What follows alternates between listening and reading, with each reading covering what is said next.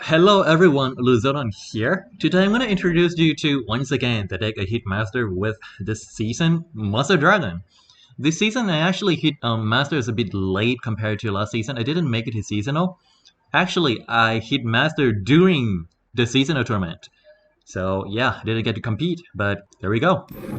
So this variant of the deck isn't much different from last season. There are some tweaks, some of them being pretty weird. Memory is Cloak, never seen this before. Yeah, but overall the deck remains the same. So I'm just gonna go over the cards one by one. First, there's a flock here because we do run remove some pings, right? And we do trade with small units. So a flock kind of makes sense, and we do stuns too. Next would be Elixir of Wrath, because we kind of need this attack power to go over some big units.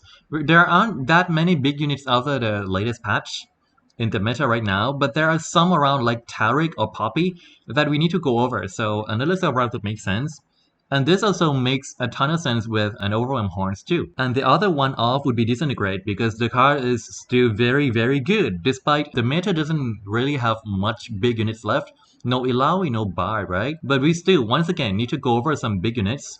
And this also saves Zed from combat tricks when he attacks. That's the final one-off that I'm going to mention here. Let's go over the real meat of the deck. Now, Inspiring Mentor, just as the same, put Zed out of a lot of ranges, and also is a good one-drop to play against aggro. Same goes for Morn, but Morn, instead of buffing Zed, buff Faye. Also is an elusive blocker and an elusive sneak attacker along Katarina during later turns. Hospital just beats aggro in general, naturally counters aggro, and is not a bad unit to buff with Mentor when you don't have a 3-drop. Flame Betrayer, as mentioned, combos well along Morn and Katarina. We also have Stun, of course, so this would naturally grow in the deck. Notify doesn't need to be explained. Spellslinger, of course, stuns something, make Faye bigger, allow us to flock, and stop a blocker or attacker from doing their thing. Also is cheaper than Arachnoid Sentry, and hence the reason to pick this over that. Syncopation is another form of protection we run, just like Notify or Deny or Memory's Cloak, which we'll get to. Twin Discipline is just a good card. It reasonably got worse after the nerf, but we still need the health buff or we are not gonna survive any Mystic Shot at all.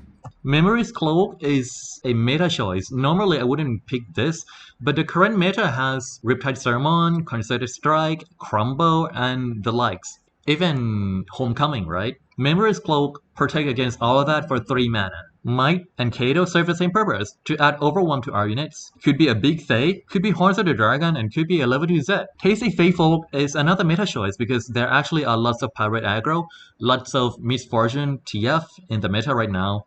Faithful just makes sense. Almost instant win against aggro. Zed has always been in our deck for as long as I remember. He's been there ever since the first iteration. Zed is very strong as a defensive attacker, as in he attacks and something must block him. And is also a good finisher in our deck because Overwhelm. Katarina, once again, makes Faye bigger, sneak a knife around, disintegrate, Ravenous Flock, you mentioned it. Also counters barrier really hard. And is a rally on her own, yes. Horns of the Dragon is the name for the deck. 2 copies because once again he's considered slow. Although with the latest patch he is going to see play a lot more. Big unit, get overwhelmed, win games.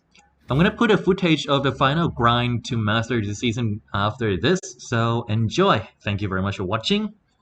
See you next season.